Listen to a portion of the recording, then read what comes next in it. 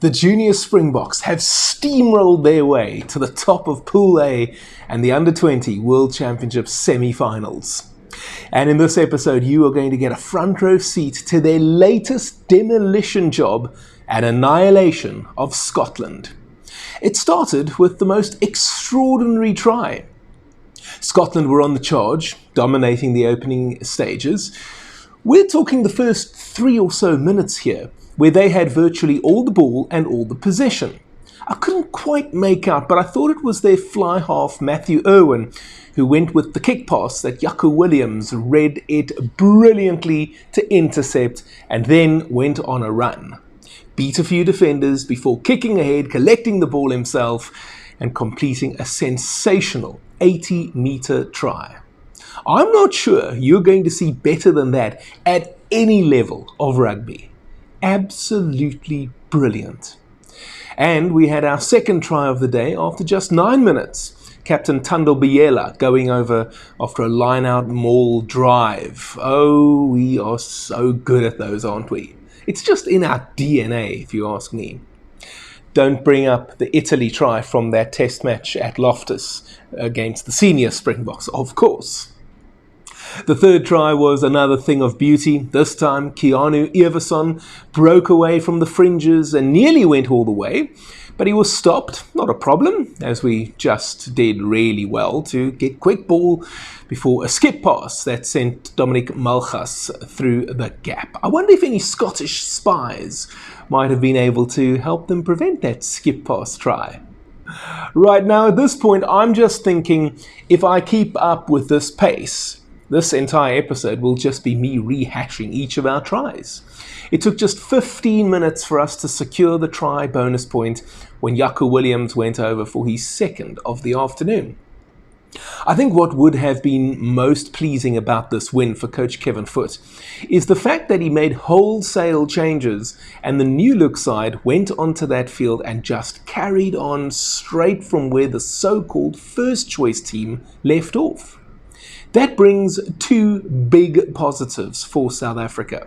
One, the regular starting 15, and indeed match day 23, got some well-deserved rest, and so will be fresh for the semi-finals.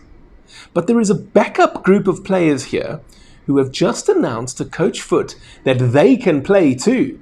And should there be any niggles or injuries, or any doubt in the minds of Foote and his coaching staff as to who should be involved in that semi-final, then there are several players who are not only willing, but also able to step in and do duty. As for Scotland, yes, it's true, they were the weakest team in Pool A, but they actually started well. I wonder if they had managed to keep the ball in those opening exchanges and actually scored a try, if the match might have headed in a different direction. I doubt it though. We were clearly so much better than them. So I guess the match was already over as a contest after just 15 minutes. And then it was just going to be a question of how ruthless we could be here.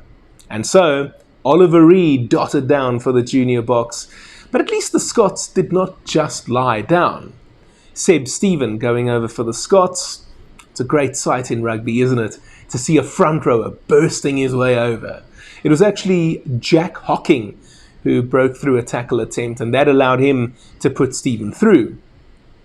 You almost want to say you're happy that this happened, instead of what looked like a 75-0 beating brewing.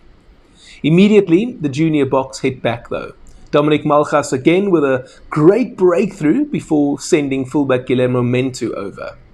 John Erasmus would also go over, and what I really liked about this try is that we actually went through 12 phases before Erasmus scored.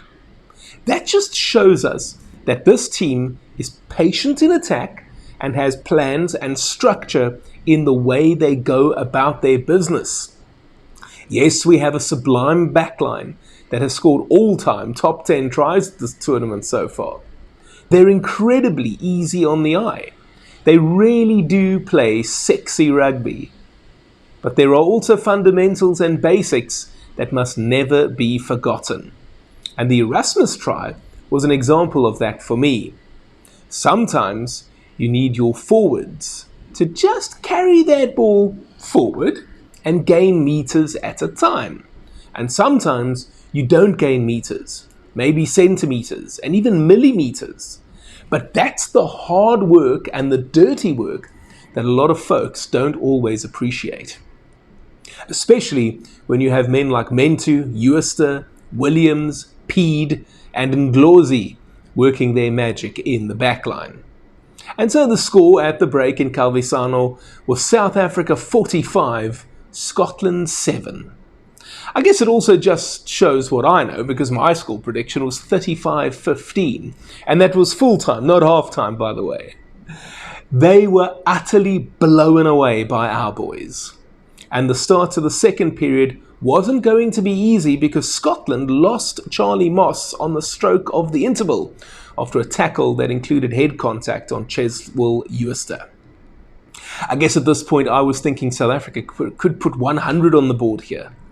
Okay, that's not actually what ended up happening.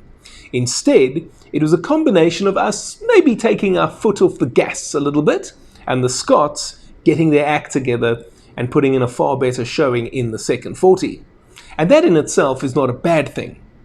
Scotland even scored a second try of the day, thanks to Oliver Finlayson-Russell. Remember, as much as we want our boys to be dominant, it's also a good thing for them to be tested.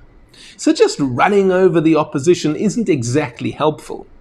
We are happy to win big, of course, but if we need to actually compete for the ball at the breakdown, scrum properly, jump at the lineouts, and have to fend off their jumpers, tackle their runners, read their attacking lines, and defend it well, etc., etc., then that is actually more valuable to us.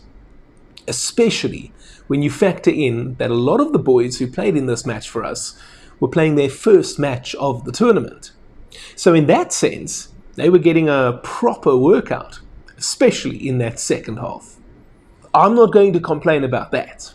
Nevertheless, in that second 40, more tries followed for the Junior Springboks, courtesy of Everson, Stefanus Linde, Everson again, and Hashim Pede. He is now the leading try scorer at this competition with 5. And so the final score in Calvisano was South Africa 73, Scotland 14. A massive win for our boys, wrapping up top spot in Pool A with a maximum 15 points. Next up is the semi-final, which will be played against Argentina on Monday in Viadana. That will be an 8:30 p.m. kickoff South African time. And I only see positives, to be honest. Just one concern was Vusi Moyo going off. That was in the 24th minute against the Scots. I wasn't able to establish if that was for an HIA or what it was. He has easily been our best fly half based on what we've seen in Italy and also the Under-20 Rugby Championship 2 months ago. But other than that, I'm excited about this team and what they can do. 2 wins away now from the Under-20 World Championship, and from what I've heard, the celebrations were tempered in the dressing room afterwards. This team knows the job is not done yet. They are on a mission. But what do you think? Do you agree that these boys have improved drastically since that Under-20 Rugby Championship and now look the hot favourites for the title? Or do you think there are still some chinks in the armour that are concerning you and we shouldn't count our chickens before they've hatched? Let me know in the comment section down below. And while you're down there, why not help me out with a super thanks? That's the heart button with the $ inside of it. You'll be able to make a highlighted comment. I'll hit the love button on your comment, and I promise to reply too. You'll also have the opportunity to make a small donation to my channel. It's whatever you want it to be. It can be 10 Rand or 10,000 Rand. The reason I'm asking for your help is because I would love to do this full time. I would also love to go to Australia in 2027 and cover the Rugby World Cup for you from down under with daily coverage. But I'll need your help to make it happen. Whatever you're willing to contribute, I will be very, very grateful. And if you used to work at Eskom and you got a lacquer payout, then I'm counting on you to do the right thing. If you're not yet ready to support me in that manner, you can also just spear tackle the like button, and you can also subscribe to my channel if you haven't already done so. And you may have heard of Warren Gatland's outlandish accusations that Rassie Erasmus and the Springboks spied on the British and Irish Lions on their tour of South Africa in 2021. I made a little joke about the Scottish spying on our backline earlier in this episode. Well, I did a video responding to Gatland's nonsense, and you can check it out over here. And if you've already seen it, why not go and enjoy this exclusive interview I did with former Springbok fullback Ricardo Loubser. You'll be amazed at what he reveals. And I'll see you next time.